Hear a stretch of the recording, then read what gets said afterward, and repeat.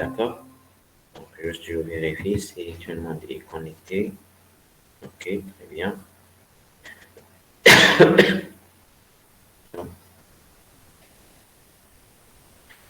Voilà, comme je vous disais, c'est des terminologies.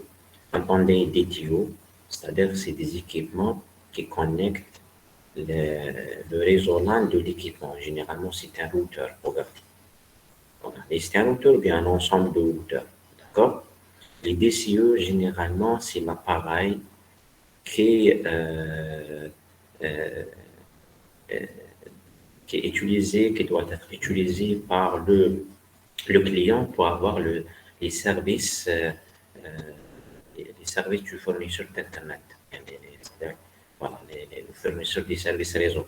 Voilà, généralement, regardez un modem qui peut être utilisé pour avoir l'accès à notre réseau, pour avoir les services réseau, bien sûr. Généralement, un modem. Un autre équipement, voilà, c'est des équipements installés dans les locaux du client. Généralement, c'est des équipements des tuyaux et des cieux. Voilà. Et on a aussi, c'est le point de présence. Hein, c'est POP. Point de présence, généralement, c'est c'est le point, voilà, par lequel le modem, ou à travers lequel le modem sera connecté. Généralement, s'il s'agit d'une ligne spécialisée, donc il nous faut peut-être un petit équipement qui permet de faire l'adaptation des câbles, par exemple, derrière cet équipement, bien sûr, peut-être un câble fibre. Et à l'intérieur, c'est des câbles, bien sûr, Ethernet, etc. Ça peut être une ligne téléphonique directement. Voilà, c'est le fournisseur de téléphone. Voilà, c'est-à-dire c'est le point qui joue le rôle d'interface entre le réseau de l'abonné et et le fournisseur de service réseau. Euh, généralement, le, le- le point de démarcation, le point de démarcation, généralement, c'est l'emplacement physique d'un immeuble ou d'un complexe qui sépare officiellement, bien sûr, les équipements DCE, qui est le modem, de l'équipement et de l'équipement de fournisseur de services. D'accord? Euh, voilà, c'est ça, c'est l'emplacement qui sépare les deux. C'est généralement c'est l'emplacement où on met le POP. C'est des terminologies, d'accord? Parce que on ne sait jamais quand vous peut-être documenter sur ça, vous trouverez ces terminologies et donc vous pouvez comprendre facilement. D'accord?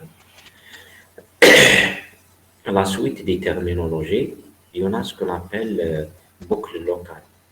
D'accord? Les boucles locales, regardez, généralement, regardez, c'est ce point, c'est le câble directement, c'est le fournisseur, soit la ligne téléphonique, soit un fibre optique, etc., soit un câble Ethernet, soit un câble fibre optique, d'accord, qui relie le point ADA, le POP, avec directement le centre téléphonique. Bien, le centre téléphonique, c'est-à-dire, bien sûr, c'est après, on sera connecté directement à notre fournisseur de service réseau. Réseau à pillage, c'est le réseau WAN. C'est le réseau WAN. Parce que quand on dit c'est physiquement, ça peut être, on passe par plusieurs réseaux, par plusieurs équipements. Il n'y a pas un câble qui relie directement l'abonné à son fournisseur ou bien un centre téléphonique. On peut passer par plusieurs réseaux, que ce soit réseau filaire, de transmission, sans fil, etc. Après, il y en a ce qu'on appelle les réseaux de liaison, ou bien le backhaul. D'accord. Le backhaul, c'est exactement ce réseau, donc qui connecte plusieurs nœuds, voilà, pour fournir des services. Voilà. Le réseau fédérateur, bien sûr, c'est un réseau de grande capacité utilisé pour interconnecter les réseaux de fournisseurs et bien sûr les réseaux généralement quand on dit réseau fédérateur, c'est-à-dire le réseau qui contient presque le tout parce que il doit bien sûr rouler le fournisseur avec les clients et les abonnés. Aussi, il doit garantir une certaine redondance. Voilà. Donc, c'est exactement ça quand on dit le réseau fédérateur. Voilà. Maintenant, pour les périphériques WAN. Bon, pour les périphériques WAN, il y en a plusieurs, bien sûr, périphériques WAN qu'on peut utiliser. Voilà, sans vous expliquer ce tableau, donc on va se baser directement sur ce schéma. Regardez, il y a plusieurs équipements qui appartiennent au réseau WAN. On peut commencer à partir euh, de, de cette partie, si vous voulez, et de cette partie de ce côté, la même chose. Voilà. Donc, les DTO, c'est des équipements côté client. Voilà. Les DTO, c'est le routeur qui fait le routage, etc. Après, le DCE. Le DCE, il est considéré comme les équipements DCE sont des équipements de réseau WAN. Par exemple, il peut être un modem, il peut être un modem DSL, il peut être un modèle, c'est-à-dire câble directement, et ça peut être un convertisseur, c'est-à-dire euh, optique, c'est-à-dire qui fait la conversation de l'optique vers l'électrique, voilà, vers le Ethernet si vous voulez. Il peut être un routeur sans fil, voilà. Et aussi, on peut ajouter le core. Le core, c'est-à-dire les équipements qui forment le réseau core, ou bien la partie one, exactement le core. Quand on dit le core, c'est-à-dire des équipements de haute capacité, généralement c'est des serveurs, c'est des routeurs, c'est des équipements niveau tabac qui font le routage, voilà. Et c'est des deux écrans, on a utilisé deux écrans différents, c'est-à-dire il y a des équipements différenciés, sont interconnectés pour euh, fournir bien sûr la haute disponibilité, voilà, c'est-à-dire la haute disponibilité, regardez en termes de routage, en termes de câbles, de liaison, de l'équipement, c'est-à-dire redondance plusieurs niveaux. C'est ça les équipements, voilà, ou bien les périphériques et les équipements du réseau. Maintenant, comment il fonctionne le réseau WAN? Quand on dit le réseau WAN, s'il vous plaît, je dois revenir en arrière. Juste, voilà, regardez. C'est-à-dire, on voudrait connecter ce point à un routeur ici, ce modem à un point ici, ou bien ce routeur à un autre routeur. Ou bien, par exemple, ce routeur à un autre routeur pour former un réseau WAN. C'est ça. Donc, quelle est la technologie? La technologie qu'on doit utiliser. Voilà. Donc, généralement, dans le modèle OSE, il y a deux normes qu'on peut utiliser. Voilà. Qu'on peut utiliser quand on utilise là, bien sûr, le câble à fibre optique. Voilà. Au niveau de la première couche. Donc, il y a la première norme, d'accord? La première norme, qui est donc la norme SDH, ce qu'on appelle donc Synchronous Digital Energy, la SDH, voilà, est une norme bien sûr mondiale qui permet le transport de données sur un câble fibre optique. Voilà. Il y a aussi la deuxième norme, SONET, Synchronous Optical Networking. Voilà, aussi c'est une norme qui est utilisée généralement dans la région nord-américaine et qui fournit les mêmes services voilà, fournis par la première norme SDH. D'accord? Donc les deux normes SDH et SONET sont utilisées pour bien sûr faire fonctionner la liaison WAN entre deux routeurs, entre un modem et un routeur distant, etc. D'accord? Donc, généralement, ces deux normes définissent la manière euh, de transférer un trafic, voilà, un trafic de données, voilà, de plusieurs types, bien sûr, voix, vidéo, etc., sur une fibre optique. D'accord? Il y a aussi, donc, si vous voulez, une autre technologie, ce qu'on appelle Dense Wavelength Division Multiplexing, donc DWDM, donc qui est une technologie plus récente qui a été utilisée justement pour augmenter la charge, augmenter, c'est-à-dire améliorer, si vous voulez, les deux normes précédentes. Mais en réalité, si vous voulez, c'est une extension de ces deux normes. Voilà, pour améliorer c'est-à-dire la capacité de transmission. Voilà, quand on utilise cette norme, c'est-à-dire on peut améliorer la capacité de transmission et exploiter la capacité de la liaison presque à 100%. Donc, cette norme permet d'envoyer des données, donc, euh, c'est-à-dire en envoyant simultanément plusieurs flux de données. Donc, en utilisant le multiplexage, voilà, voilà, et bien sûr en utilisant différentes longueurs d'onde de lumière.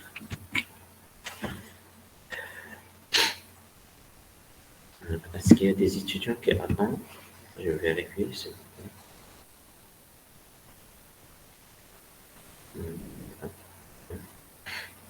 Continuer.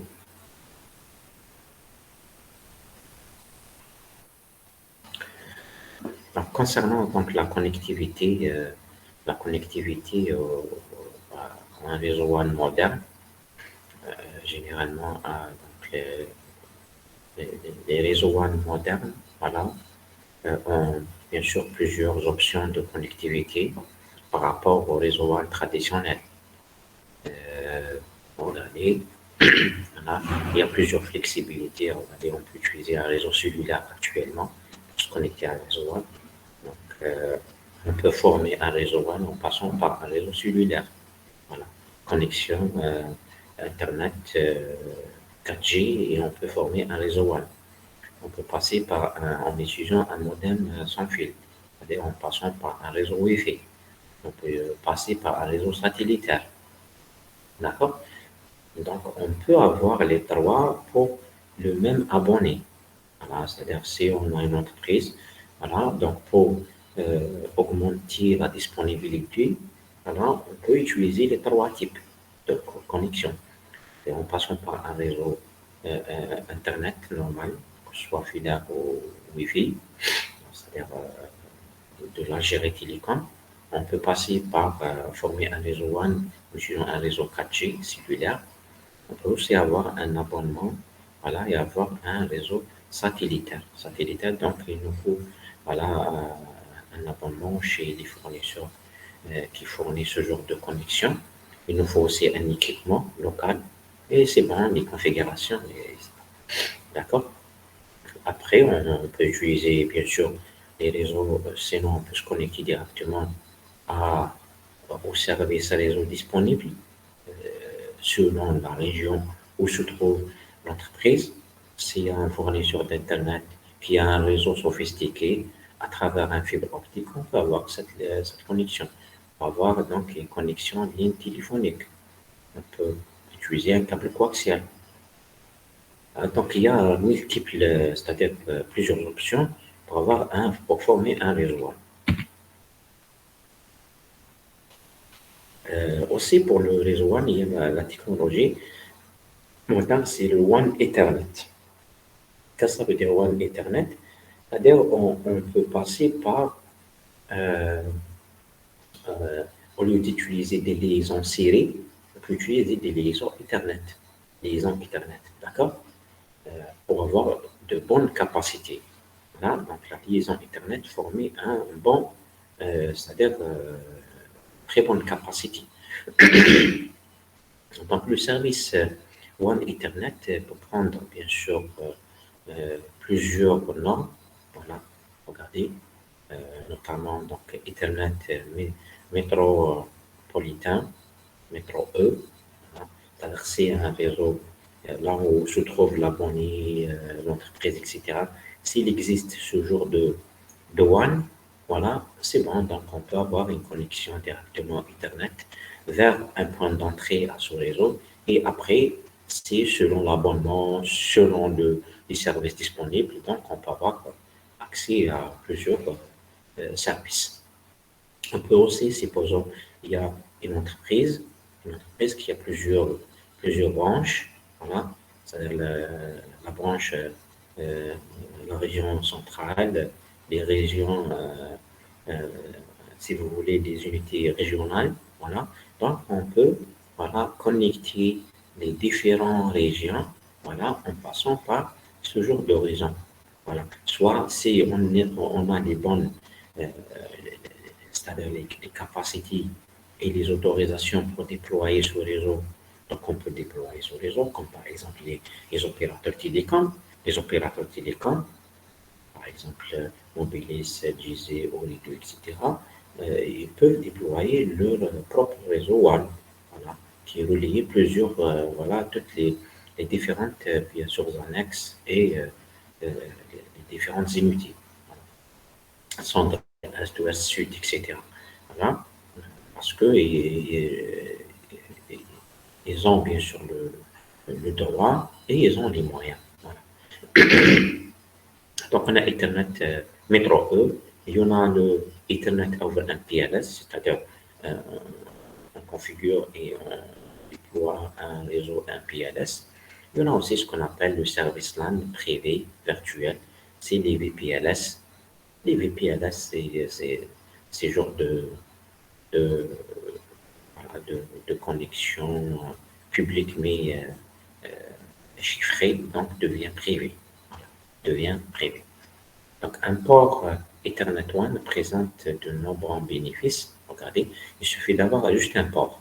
C'est-à-dire s'il y a un fournisseur qui fournit ce genre de réseau One, il suffit d'avoir un port uniquement. Voilà. Parce qu'il y a un réseau, exemple, disponible au niveau de WebZoar. Donc il suffit de l'USTHB demande un port. Voilà. Et tire un câble relié directement le centre calcul à ce port. Et c'est bon. On est se connecté à un réseau One et c'est bon. Donc, après, est-ce qu'on voudrait avoir accès après à uniquement Internet ou bien d'autres choses? C'est une autre paire de manches. Voilà. Donc, quels sont les avantages? Donc, généralement, c'est des frais, euh, généralement, c'est, il n'est pas coûteux. D'accord? Ce genre de one n'est pas vraiment coûteux comme les lignes spécialisées, etc. Parce que c'est un service, euh, comme c'est un cloud, et tout le monde se connecte à ce cloud. D'accord? Donc, pas comme une ligne téléphonique dédiée, bien une ligne spécialisée. Intégration facile avec les réseaux existants, c'est clair, parce que si ce cloud est disponible, voilà, il suffit juste d'avoir un port. Je suis à Alger, il suffit de demander un port au niveau d'Alger. Euh, je suis à Oran et à Constantine, il suffit d'avoir un port aussi dans ces deux régions, et après c'est bon, c'est affaire de rodage pour relier les deux, voilà, pour relier les trois régions. Voilà, donc intégration facile, productivité, bien sûr, c'est-à-dire, c'est facile parce qu'on ne va pas gérer le réseau WAN, etc. C'est juste une connexion. Après, il y a toute une entreprise qui gère le WAN. Le WAN, il fournit une haute disponibilité, ce qui augmente, bien sûr, la, la, la productivité de l'entreprise. Donc, le One Ethernet peut facilement remplacer, bien sûr, les technologies One traditionnelles. Voilà. Traditionnelles, il peut bien sûr facilement remplacer la liaison point-à-point et One ATM ou bien frame relais. Parmi les technologies One aussi, il y a le réseau MPLS. Le réseau MPLS, actuellement, Algérie Télécom a déployé son propre réseau MPLS. Même les opérateurs télécoms ont déployé leur réseau MPLS. Voilà. Un PLS, bien sûr, c'est un réseau qui fournit aussi une bonne, une haute disponibilité, une bonne capacité de transmission, voilà, et aussi réduire, il permet de réduire l'investissement en termes de réseau. Qu'est-ce que ça veut dire ça? Dans une entreprise, toujours je vous donne l'exemple de Télécom, parce que Télécom utilise ce genre de réseau. Dans l'entreprise, n'importe quelle entreprise Télécom, il y a plusieurs réseaux internes. Chaque réseau interne est déployé, c'est-à-dire d'une manière indépendante aux autres réseaux. Chaque réseau a son propre architecture, chaque service, si vous voulez. On a un service, par exemple, je ne sais pas, le réseau ONDM, Operation and Management. On a le réseau, par exemple, de facturation. Et on a ce qu'on appelle le HLR, etc. Je ne sais pas si vous avez entendu parler. De toute façon, il y a plusieurs réseaux. Plusieurs réseaux. Et ces réseaux sont déployés, c'est-à-dire à l'échelle nationale.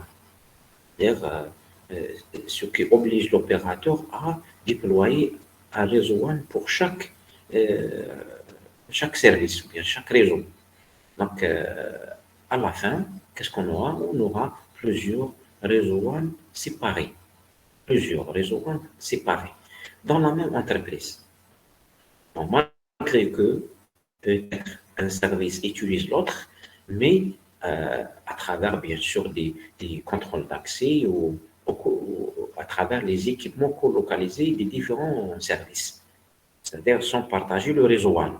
Le réseau WAN est séparé. Donc, pour chaque service, il faut déployer les équipements réseau, il faut avoir des liaisons réseau séparées, même par exemple, euh, un service n'utilise pas, par exemple, ne nécessite pas une grande capacité en termes de bande passante, mais on est obligé de lui allouer au moins une liaison de 2 mégas, par exemple, la base, ainsi de suite. Donc, comme je vous ai dit, à la fin, on aura plusieurs réseaux WAN déployés dans la même entreprise. Quand on utilise un PLS, on peut, c'est-à-dire regrouper tous ces réseaux en un seul réseau. En un seul réseau. Comment?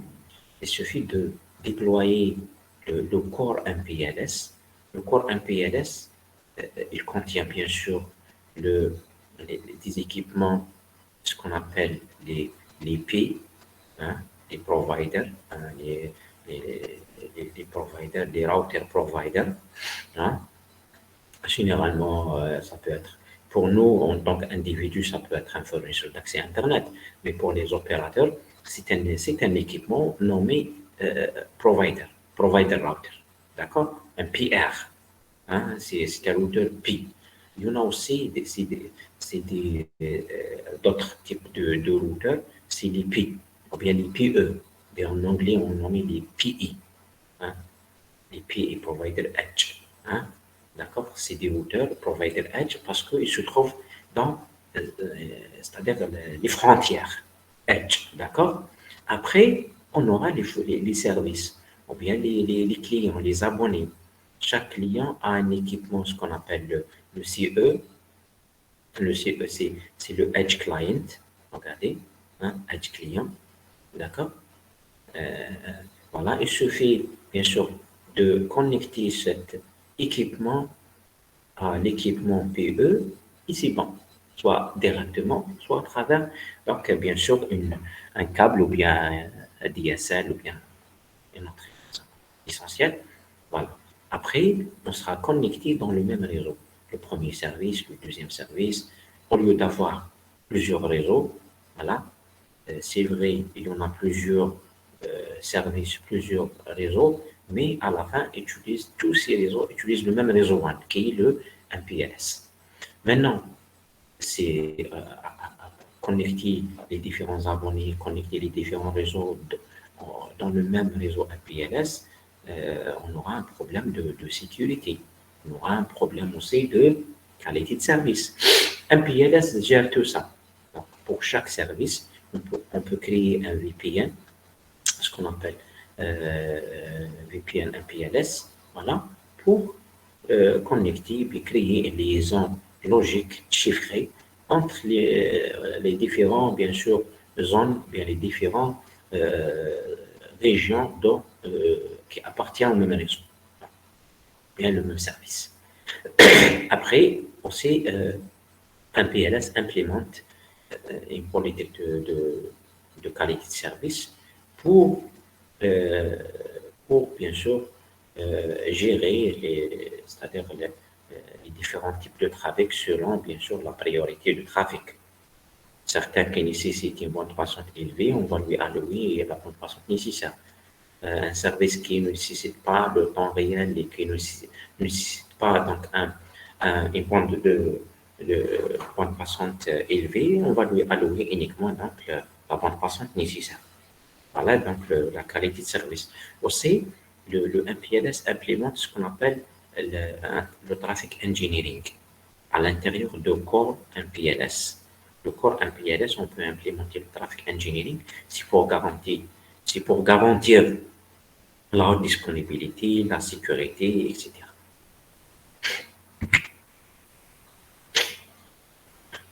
Maintenant, pour connecter donc un client, bien un utilisateur, pardon, un réseau WAN, bien un réseau MPLS, comme vous voulez, donc peut-être on aura besoin d'utiliser ce qu'on appelle une connectivité basée sur DSL ou bien PPP. Voilà, c'est des protocoles de couche 2 qu'on peut utiliser pour encapsuler les données avant de les transmettre dans la couche physique. Voilà. PPP, c'est un protocole point-to-point. Voilà, regardez comment il fonctionne. Voilà. Il permet de regarder à travers. Donc, il y a le protocole PPP, il y a le paquet IP. Quand le client, bien sûr, envoie le paquet, il y a le champ Ethernet. Quand le paquet arrive au niveau de modem DSL, bien le modem, connecté après au réseau WAN, donc on aura uniquement on va encapsuler les données Ethernet voilà, dans le protocole PPP. Après, on garde uniquement si vous voulez, l'entête IP du paquet. Voilà comment généralement il fonctionne. Regardez, l'encapsulation, d'encapsulation, etc. Voilà. Mais le PPP, donc, quand vous utilisez le PPP, il y a le PPP toujours over Ethernet, c'est en local. Voilà. Et il y a aussi le PPP over Ethernet client. Voilà, c'est entre le modem et le réseau.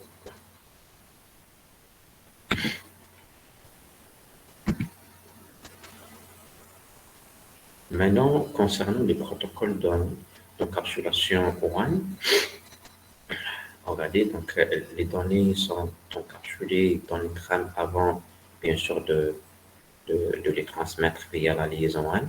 Voilà. Et doivent être, bien sûr, configurées selon le protocole choisi dans la couche 2.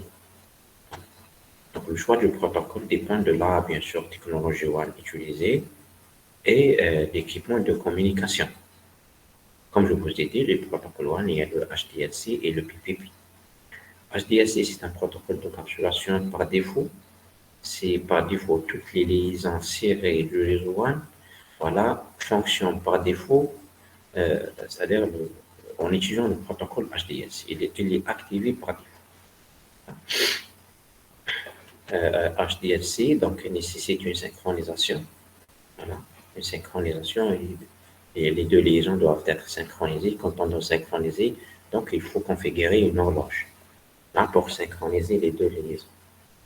Le protocole PPP est un protocole fournit des connexions point à point, donc un routeur à un routeur, ou bien un hôte à un routeur. Voilà, et il possède également des mécanismes de sécurité intégrés.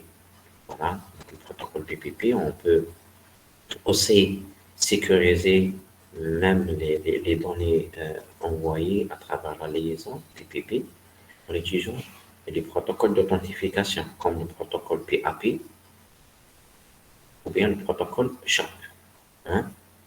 Les deux protocoles, c'est des protocoles d'authentification.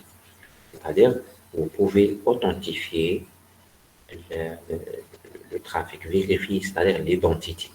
Avant, c'est-à-dire, c'est pas n'importe qui peut utiliser la liaison, mais uniquement ceux qui, bien sûr, ayant l'identité, c'est-à-dire autorisée. Voilà. Donc, le rôle de PAP et JAP permet de vérifier cette identité. On ne va pas rentrer dans le détail, voilà, mais c'est-à-dire on peut ajouter, regardez, c'est l'équipement, ce routeur est connecté avec ce routeur à travers la liaison PPP. On peut ajouter quelques commandes au niveau de cette liaison et quelques commandes au niveau de cette liaison pour autoriser uniquement la communication entre le réseau LAN qui se trouve ici et le réseau LAN qui se trouve ici. C'est-à-dire après, si quelqu'un arrive à configurer un autre réseau LAN ici et un autre réseau LAN ici, voilà, ils ne peuvent pas utiliser cette liaison. Exemple. Hein. Donc, on peut vérifier cette authentification à travers le protocole PAP et SHAP. C'est des protocoles d'authentification. Qu'est-ce que ça veut dire authentification? C'est un protocole qui vérifie l'identité, soit d'une personne, soit d'un réseau, soit d'un trafic.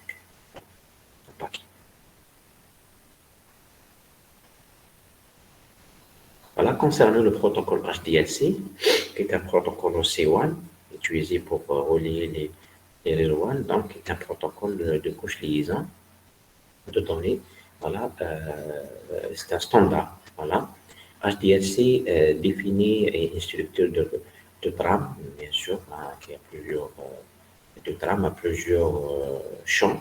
Voilà, niveau 2, voilà, permettant un contrôle de flux et des erreurs. C'est-à-dire le HDLC permet aussi à travers les champs disponibles, il permet de vérifier les erreurs qui peuvent se produire et il vérifie aussi, il permet aussi d'utiliser donc le contrôle de flux, donc les erreurs et l'accusé de réception. D'accord? Le HDLC, c'est quoi? C'est une méthode d'encapsulation serrée à utiliser pour les liaisons serrées par défaut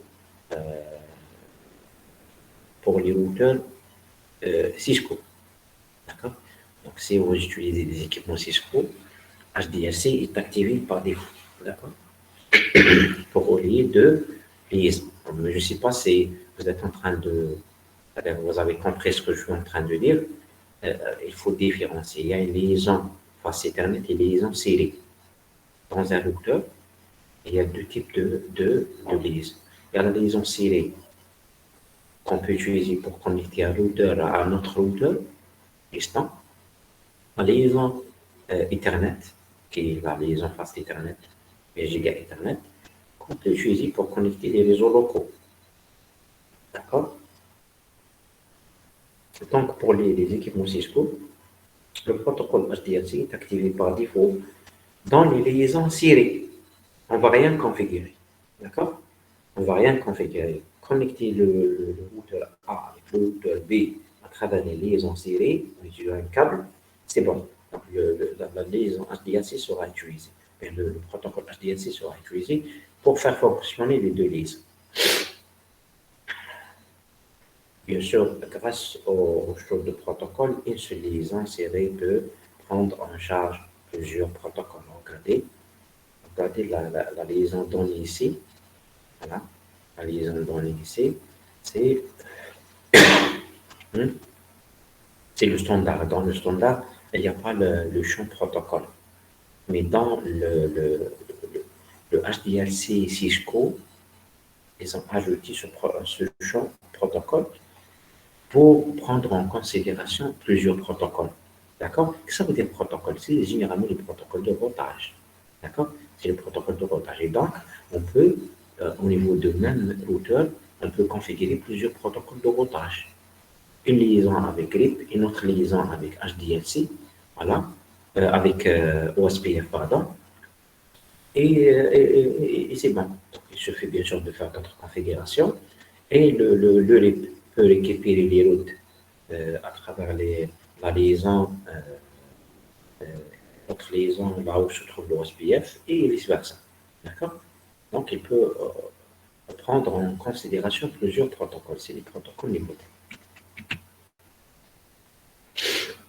Maintenant, pour la configuration d'encapsulation HDLC, regardez comment configurer donc HDLC, mais quand est-ce que pour les équipements Cisco qu'on a, c'est une encapsulation par défaut. HDLC, il est activé par défaut. Mais si jamais, si le protocole PPP est déjà activé, pour revenir à HDLC, il faut utiliser donc cette commande. Il faut rentrer dans l'interface série et utiliser cette commande. Encapsulation HDLC. Et c'est bon. Les deux côtés. Les deux côtés. Routeur A et routeur B. D'accord?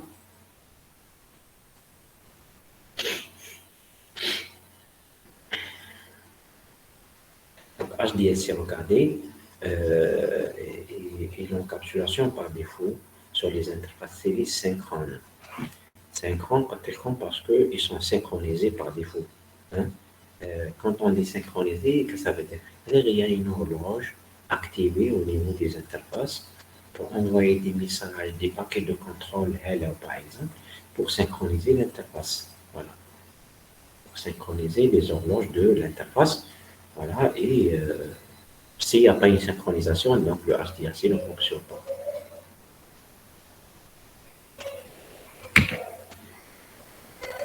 Pour le protocole PPP, concernant le protocole PPP, concernant le protocole PPP, désolé, concernant le protocole PPP, donc,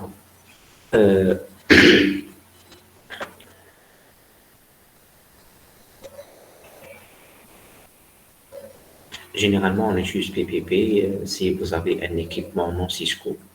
Dans votre réseau, il y a des équipements Cisco, il y a des équipements non Cisco. Cisco, il fonctionne avec HDLC, l'autre équipement, il fonctionne avec PPP. Donc, vous pouvez bien sûr utiliser les deux côtés, la liaison PPP. Hein, il faut activer l'encapsulation PPP. PPP, bien sûr, encapsule les trames de données voilà, avant les transmettre sur la liaison physique. Voilà. Le protocole PPP établit une connexion directe à l'aide, bien sûr, de câbles serrés, c'est-à-dire physiquement, il y en a une câble serré qui relie les deux liaisons. Un câble serré, un câble téléphonique, etc. L'essentiel, il y a une liaison physique directe entre les deux. Quand on dit direct, pas forcément direct, faites très attention. Hein, ça peut être en passant par un réseau de transmission à gérer télécom, etc. Le protocole PPP prend, bien sûr, trois parties, prend les trois points en considération. Il y a ce qu'on appelle d'abord le PPP utilise ce qu'on appelle le tramage, c'est-à-dire il a la notion de tram, il utilise le même tramage comme celui de HDLC, voilà. Il supporte donc le multi-protocole, voilà.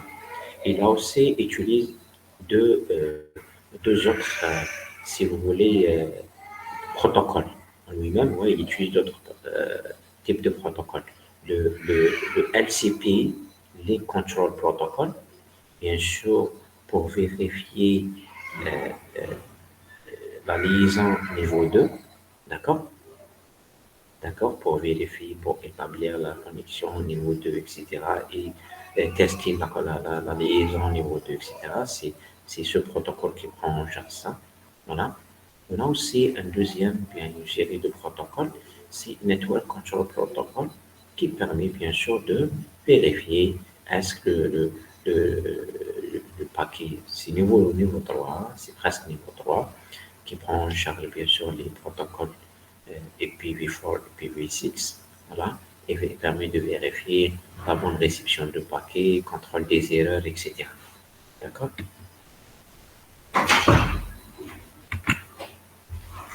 D'accord. L'avantage de PPP, comme je vous ai dit tout à l'heure,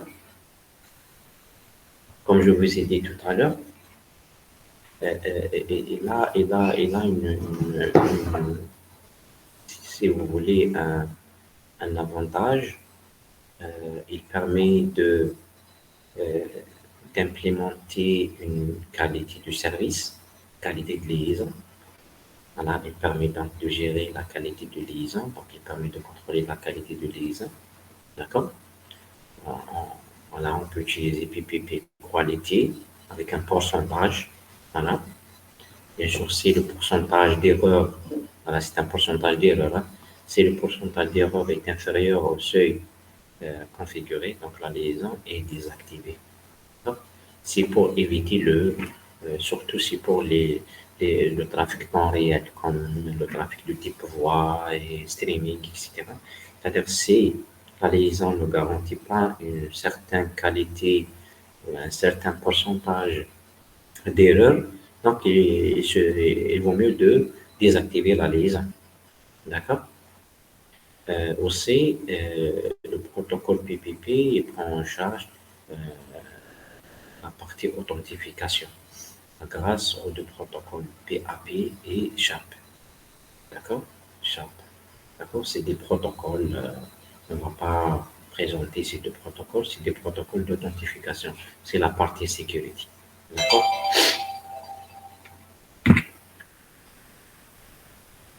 Voilà, donc toujours pour l'architecture PPP, comme je vous ai dit, il y a le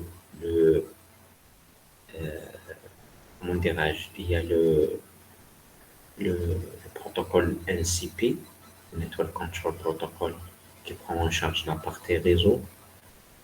Euh, voilà, c'est pour l'accusé de réception, vérifier, enfin, faites très attention, c'est des protocoles niveau 2. Mais il prend en charge la partie réseau, parce que la couche réseau, il est là, pardon, la couche réseau, elle est là, au-dessus de cette couche niveau 2, c'est-à-dire pour faire le passage facile, donc il y a ce protocole qui prend en charge certaines fonctionnalités de la couche droite, et il fait le contrôle. Il y a le protocole LCP, Link Control Protocol. Voilà, c'est pour vérifier la liaison, l'authentification, etc. Il y a une partie, bien sûr, c'est pour supporter la synchronisation physique. Voilà, c'est pour supporter le mode synchrone, asynchrone de la couche physique. Voilà, donc c'est le protocole PPP, hein, les couches de la protocole, du protocole, pardon, les couches du protocole PPP.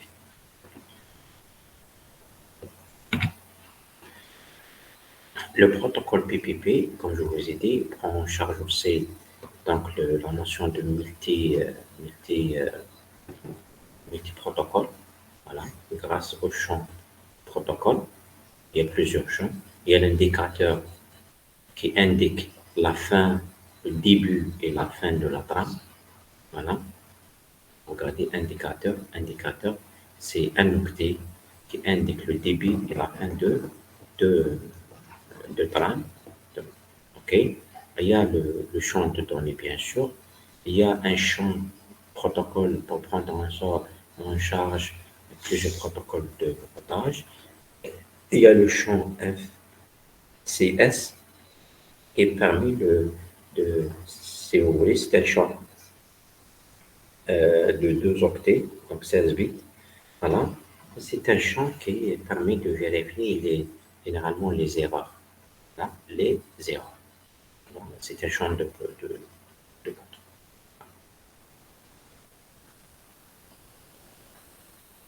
regardez, c'est un calcul qui doit être réalisé par l'émetteur et en même temps par le récepteur.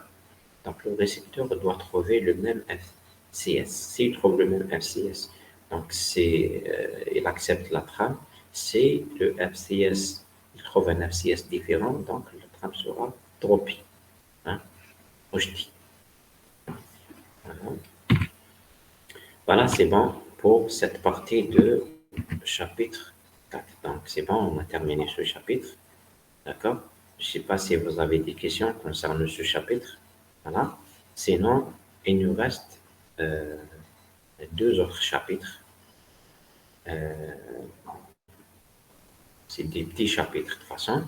Donc, à la limite, on aura besoin, pour terminer le programme, entre 2 et 3 séances. Il nous reste pour terminer les cours entre 2 et 3 séances. D'accord? Voilà, c'est pour le cours. Pour les TP, bon, je ne sais pas si j'ai j'ai déjà contacté, parlé avec le délégué à travers les emails hier et ce matin concernant le TP. Moi, j'ai programmé un test TP, comme je vous ai dit la fois passée. Dommage, on n'a pas fait le présentiel, beaucoup de séances sont présentielles, mais d'habitude, donc c'est les TP, c'est-à-dire il n'y a pas un test, c'est-à-dire des exercices pour le test. Non, c'est les TP, c'est la série de TP, voilà, et à chaque fois, donc un TP parmi les TP donc, sera noté. Voilà. Donc on va réaliser le TP normalement, mais il sera noté. Voilà. Généralement, moi je fais 2, 3, c'est-à-dire tests. D'accord? 2, 3 tests, et la moyenne oui, sur la machine, oui. Oui. Donc, les TP sur le pack tracer, je vous donne un exercice et vous faites l'exercice sur place et je vous note sur place. D'accord? Et je vous note sur place. L'exercice, bon, un exercice à plusieurs étapes, bien sûr. Quand vous réalisez la première étape, il y a une autre, la deuxième étape, il y a une autre. C'est-à-dire que vous n'êtes pas obligé de réaliser pour avoir la note de TP, vous n'êtes pas obligé de réaliser le TP de A à Z. D'accord? Moi, donc, j'ai programmé de noter le TP de la semaine prochaine parce que ça sera présentiel. D'accord? Le délégué m'a proposé une autre journée. Une autre journée. Je ne sais pas. Donc, il m'a proposé le 12 et le 14, un jeudi et un samedi. Donc, tout dépend de la disponibilité des salles. Donc, si il y a le 12, il y aura une présentation au niveau de centre calcul. Présentation, c'est une présentation de spécialité. Et comme moi, je suis concerné, je suis responsable de spécialité, donc je dois présenter. Donc, si le jeudi, on peut le programmer l'après-midi à partir de 13h. Si le samedi, ok. Le samedi, c'est à partir de 9h, il n'y a pas de souci. Donc, mais à confirmer, est-ce qu'il y aura des salles disponibles? Voilà. Est-ce qu'il y aura des salles disponibles? C'est un Tipeee, hein, et c'est un Tipeee comme tous les Tipeee. Je vous donne le support du Tipeee et voilà. Est-ce que tout le Tipeee sera noté ou bien une partie? Tout dépend du Tipeee. D'accord? On va voir, vous allez voir dans le Tipeee ce que vous avez déjà réalisé. Je ne vous donne pas une chose que vous n'avez pas, c'est-à-dire étudier, ou que vous n'avez pas, c'est-à-dire faire un Tipeee sur elle. D'accord? Vous allez voir la configuration d'un réseau LAN, peut-être un réseau WAN, un protocole de routage, peut-être routage statique, routage dynamique. Voilà, voilà, c'est ce qu'on a vu jusqu'à maintenant. D'accord? Donc, il faut décider. C'est selon le délégué, je ne sais pas si je suppose que vous avez déjà entré en discussion avec le délégué. Le délégué, il m'a dit, de préférence, on ne fera pas le mardi prochain.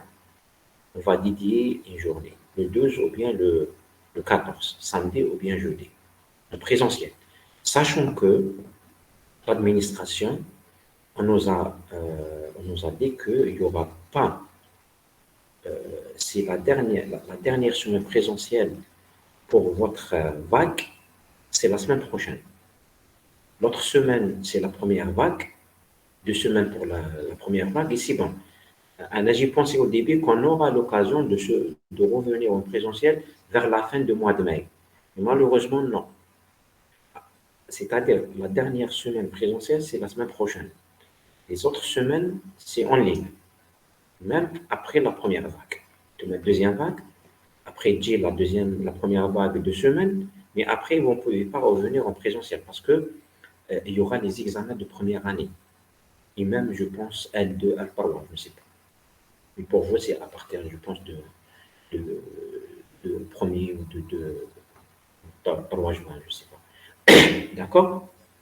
Mais si tu vas bien, c'est, c'est-à-dire on aura les séances normalement, comme pour le cours, il nous reste maximum 3 séances, 2 ou 3 séances. C'est-à-dire si on arrive à faire la semaine prochaine une séance, malheureusement la semaine prochaine, je ne peux pas faire la séance en présentiel le dimanche. Donc si vous avez un temps quand même pour faire une séance en ligne, ce sera l'idéal. C'est-à-dire je peux vous libérer à partir de maximum 15 ou 20 mai. Vous serez libre pour préparer les examens, etc. D'accord? Moi, pour les cours. Pour les TP, voilà, on fera les TP normalement. Il nous reste aussi, actuellement, on est en train de faire le TP, je pense, pour vérifier.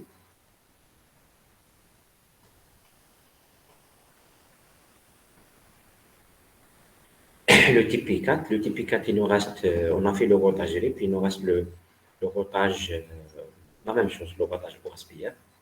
Après le TP5, c'est un petit TP sur les VLAN. Il y en a aussi un autre TP sur comment configurer le DHCP. Aussi, c'est un petit TP, on peut le regrouper avec le TP5. Voilà. Et à la fin, le TP7, je ne sais pas le TP7, le TP7, je vérifie rapidement.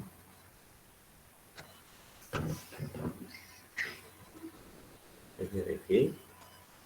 Le TP7, c'est la technologie One. Hein, comment configurer, par exemple, activer le PPP, activer la liaison PPP ou bien l'autre liaison. Voilà comment l'activer. Si on peut les regrouper comme des exercices dans un seul TP. Vous voyez? Donc, même en termes de TP, il ne reste pas beaucoup de choses pour terminer. Mais, ce que j'ai remarqué, c'est que je demande des séances pour faire les TP en ligne, etc. On peut les faire en ligne en détail. Je peux répondre à vos questions et je suis sûr que vous allez bien comprendre. Mais quand je demande des séances, toujours vous me dites que vous n'avez pas le temps, vous avez un planning trop serré, voilà. Et quand je remarque, voilà, comme ça par exemple, quand on fait une séance en ligne, il y a combien? Il y a entre maximum 10 étudiants qui assistent en ligne. C'est-à-dire, il y a quand même un problème. Donc, les étudiants n'assistent pas, même si on a une séance bien programmée en ligne, etc. Quand on demande une séance soit supplémentaire, soit une autre séance qu'on peut le faire en ligne, une séance ordinaire, toujours vous me dites qu'il y a un problème d'emploi du temps. Mais quand on compare le nombre, le taux d'absentéisme et c'est-à-dire, c'est-à-dire, on ne comprend pas. Moi, personnellement, je ne comprends pas. S'il y a un temps de présence élevé, ah, je dis les étudiants ont raison parce que voilà, assistent et ils ont un planning un emploi de temps trop chargé, donc je ne peux pas ajouter une séance. Voilà. Et il y a quand même, regardez, on est 6, même pas 6, 5 étudiants. Donc, voilà. Peut-être donc, si vous êtes d'accord, bon, le délégué il m'a dit que donc il y a soit la semaine prochaine le TP, il n'y a pas un test spécifique, c'est le TP qu'on va le faire, ça sera noté uniquement. C'est une partie, pas la majorité, la totalité. Si on trouve une salle libre le 12 l'après-midi, ou bien le 14 l'après-midi, Donc, on va laisser, donc on va faire un TP aussi le 12 ou bien le 14 qui sera noti. D'accord? C'est un TP.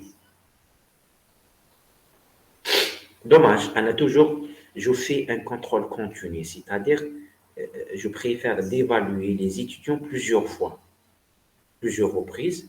C'est comme ça, les étudiants auront plusieurs notes, mais il a marqué la première, il a la deuxième, à la fin, il y aura une bonne moyenne.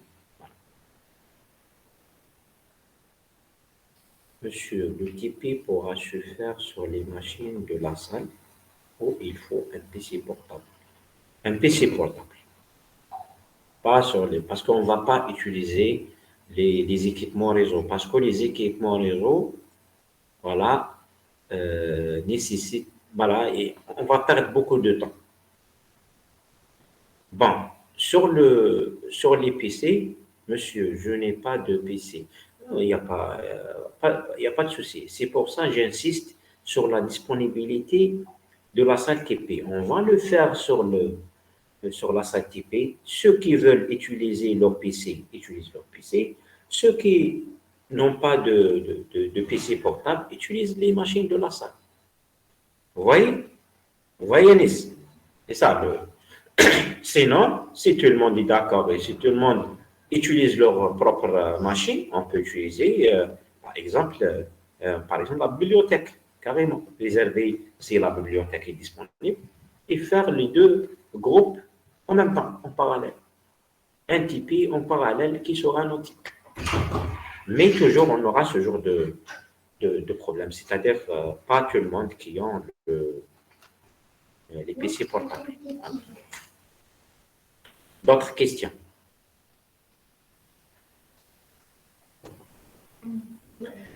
Si vous êtes d'accord, j'aurais aimé faire un TP, en ligne. Est-ce que les TP précédents sont notés? Non, non. Pour l'instant, j'ai j'ai noté aucun TP. D'accord? On a fait une seule séance présentielle la fois passée. Voilà. Je ne vais pas vous demander donc de faire les TP en ligne et m'envoyer donc les TP vérifiés euh, parce que c'est incorrect. Nécessairement, je ne vous cache pas. Voilà. Donc, les TP présentiels, je vous explique le TP. Voilà, je vous aide aussi dans la réalisation, mais le TP sera non. Voilà. Qu'est-ce que j'allais dire? Donc, je préfère. Donc, il nous reste 2 à 3 séances pour terminer le programme pour les TP. Si vous êtes d'accord, on peut faire un TP en ligne avant le mardi prochain. Un TP. On termine le TP 4. On peut même faire le TP 5. Voilà. Parce que c'est les VLAN, etc. Voilà. Donc, une séance, tu as 1 heure, peut-être maximum 1 heure et demie. C'est largement suffisant. Un exemple, on peut le faire ensemble. Voilà. Et le jour de présentiel, ça sera donc un TP qui traite ce qu'on a déjà traité. C'est un exemple, voilà, qui traite ce qu'on a déjà traité. Voilà, voilà c'est pour vous, voilà, c'est pour ne pas vous donner quelque chose que vous n'avez pas réalisé avant. Donc, si vous êtes d'accord, hein, c'est à vous de voir. Donc, si vous êtes d'accord, on peut faire une séance, alors, de TP, soit, je ne sais pas, soit demain, soit samedi, voilà. Euh, voilà. Voilà, c'est ça. Pour la semaine prochaine, pour la séance de dimanche, donc je ne peux pas faire la séance de dimanche donc en présentiel. On peut la récupérer après, ou bien avant, si vous voulez. On peut ne pas la récupérer parce que peut-être On peut faire 2 séances directement pour terminer le chapitre bien sûr 5 et 6. Voilà, parce que comme il nous reste 2 chapitres, à peu près 2, maximum 3 séances pour terminer les 2 chapitres. Est-ce que vous avez d'autres questions par rapport à ce qu'on a réalisé, par rapport des questions d'ordre général par rapport au module? Voilà, vous pouvez les poser.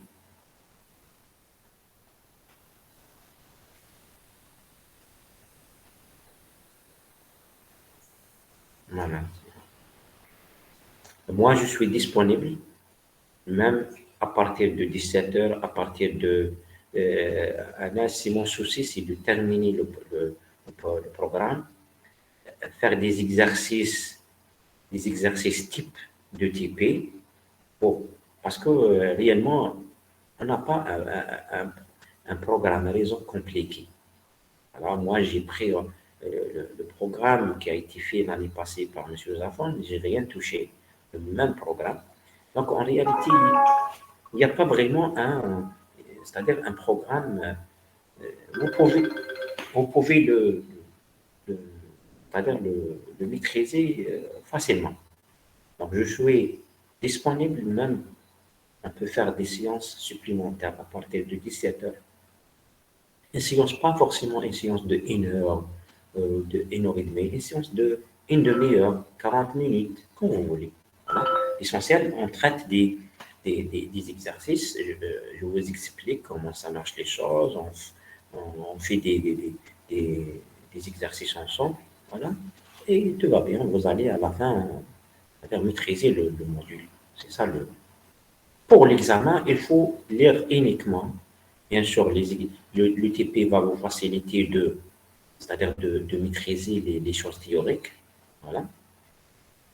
Pour les examens, il faut juste utiliser, bien sûr, les diapos, hein, le support de cours à chaque fois. Donc, aujourd'hui, je vais vous envoyer le support de chapitre 4. Utilisez uniquement les diapos pour réviser, pour préparer l'examen. L'examen, ça sera euh, un examen consulaire. D'accord? Donc, c'est des questions à choix multiples. Bon, quand vous lisez les diapos, vous pouvez utiliser, bien sûr, moi j'utilise cette méthode, c'est-à-dire quand j'ai un diapo, donc une formation sur d'un diaporama, alors à chaque fois quand je ne comprends pas quelque chose, j'utilise la recherche sur Internet pour bien comprendre la chose que j'arrive pas à bien comprendre sur le, le diapo. Vous pouvez utiliser la même chose. Mais l'essentiel, c'est toutes les informations nécessaires se trouvent sur les diapos.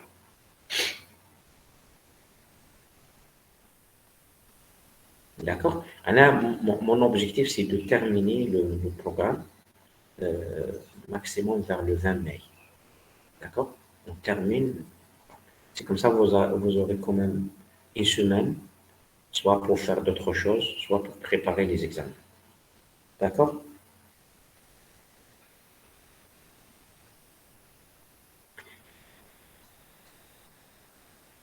Donc, en conclusion, je suis à votre disposition pour faire des séances pour accélérer les choses. Il ne reste pas beaucoup de choses, yani, pour vous dire. On peut faire, comme je vous ai dit, même une séance de 30 minutes, 40 minutes. Voilà. Euh, Quelques séances, on ne va pas faire beaucoup de séances de toute façon. Voilà. Euh, voilà. Pour les cours, il nous reste maximum 3 séances. Pour les TP, la même chose. Pour les TP, la même chose. Pour le TP qui sera monté, soit le dimanche, soit le mardi prochain, soit comme vous avez proposé à travers le délégué le 12 ou bien le 14. C'est selon la disponibilité des salles de TP. Les chronos, salles de TP libres. Et les mécanos, les salles TP libres, donc on n'a pas le choix, on fera le mardi prochain. Mais toujours, si vous avez le temps, on peut faire des séances voilà, avant le mardi, au moins une séance de typé. Voilà, et ça sera l'idéal voilà, pour terminer le programme. D'accord, les jeunes? Ok, je vous remercie. Euh, je vous souhaite bon courage. Et n'hésitez pas, s'il vous plaît, de me contacter voilà, en cas de souci, en cas de n'importe quelle question. Voilà, je suis à votre disposition.